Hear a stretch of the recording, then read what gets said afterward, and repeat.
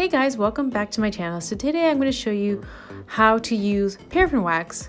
What is paraffin wax? It can be white or colorless, soft, solid wax, which is saturated with hydrocarbons and may contain essential oils for scent.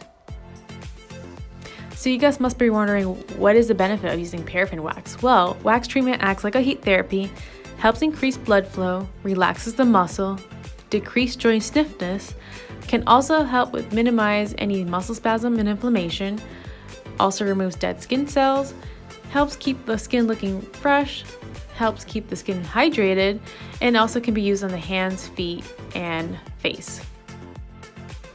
So the wax I'm going to be using is lavender scent. I love the smell of lavender. It's very relaxing, soothing for me. Always read the ingredients just in case you're not allergic to anything. So once you have placed all that wax into the actual paraffin wax warmer, you can turn this on now. You're going to turn it on high heat, which is going to melt the wax completely. So about an hour later, your wax should be melted, so it should look like this.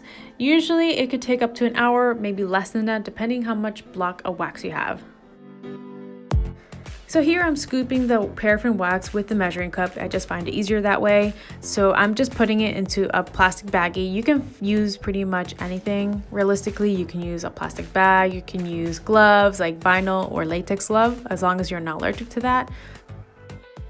And here I'm just running the wax under cold water, so you just want to make sure you cool down that wax before you put it on your skin.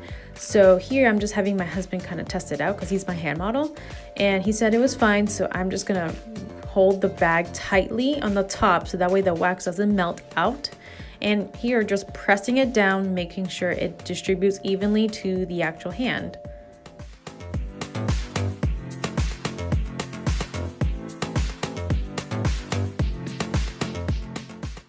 And here I'm just having my husband help me out to tie a knot in the top.